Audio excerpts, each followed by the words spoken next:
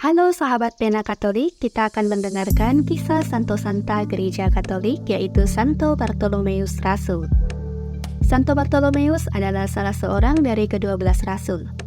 Dalam Alkitab ia disebut sebagai Nathanael, dalam kurung Nathanael Bartolomai atau Nathanael anak Ptolomeus.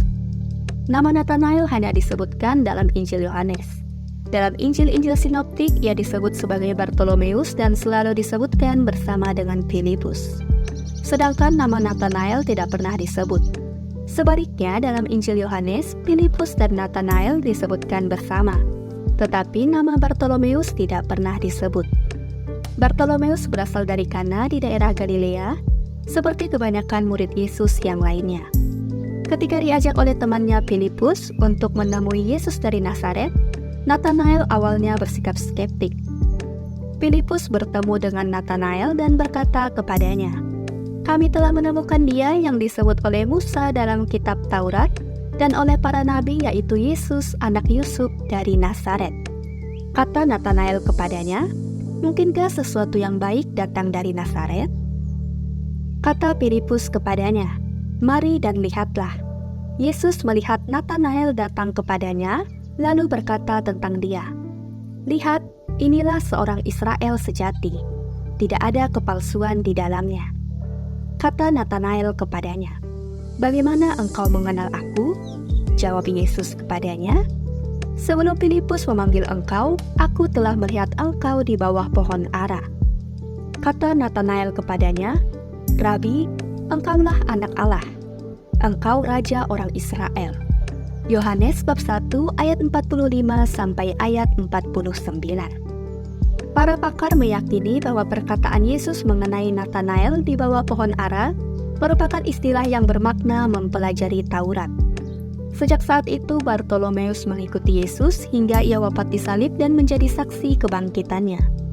Nama Nathanael disebut kembali di akhir Injil Yohanes yang dicatat bersama-sama sejumlah murid lain di pantai Danau Galilea setelah kebangkitan Yesus, di mana kemudian Yesus menampakkan diri kepada mereka.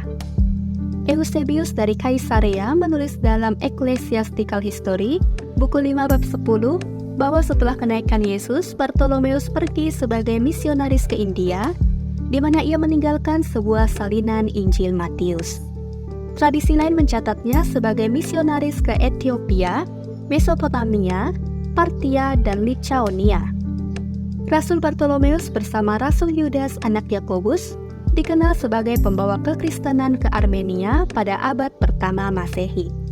Karenanya, kedua rasul ini dianggap santo pelindung bagi gereja apostolik Armenia.